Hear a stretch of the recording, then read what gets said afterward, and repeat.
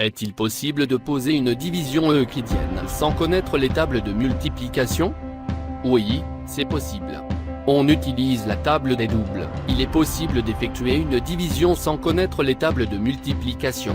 On peut effectuer une division qu'avec les doubles du diviseur. Prenons un exemple pour comprendre. On souhaite diviser 3502 par 13. On écrit d'abord la table des doubles de 13. 1 fois 13, c'est 13. On prend le double de 13, ce qui fait 26. Cela correspond à 2 fois 13. On prend encore le double. Le double de 26, c'est 52.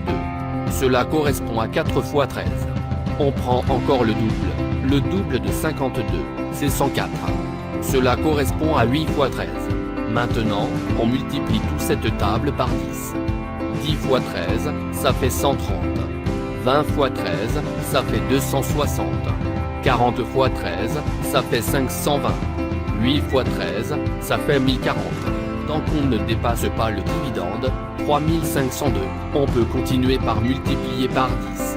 100 fois 13, ça fait 1300. 200 fois 13, ça fait 2600. 400 fois 13, ça fait 5200. On peut s'arrêter là, car on dépasse le dividende, 3502. Maintenant, il s'agit d'effectuer une succession de soustractions. Tant que c'est possible, on enlève à 3502 les multiples de 13.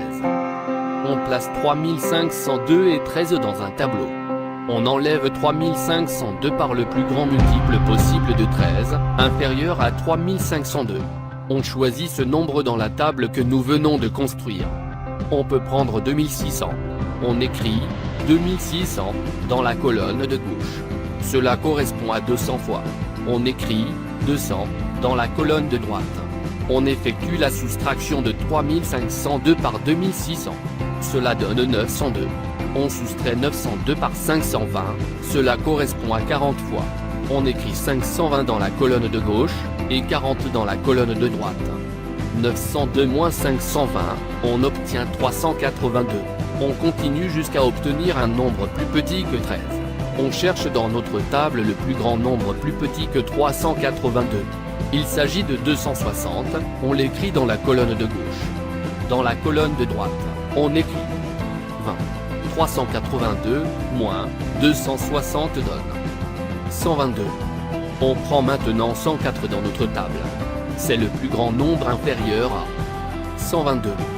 On place 104 dans la colonne de gauche, et 8 dans la colonne de droite. 122, moins 104, ça fait 18. On place maintenant 13 dans la colonne de gauche, et 1 dans la colonne de droite. 18, moins 13, ça fait 5. On s'arrête là, car on vient de trouver un nombre plus petit que le diviseur. Ce nombre, 5, représente le reste. Pour obtenir le quotient, on fait l'addition de tous les nombres dans la colonne de droite. On trouve 269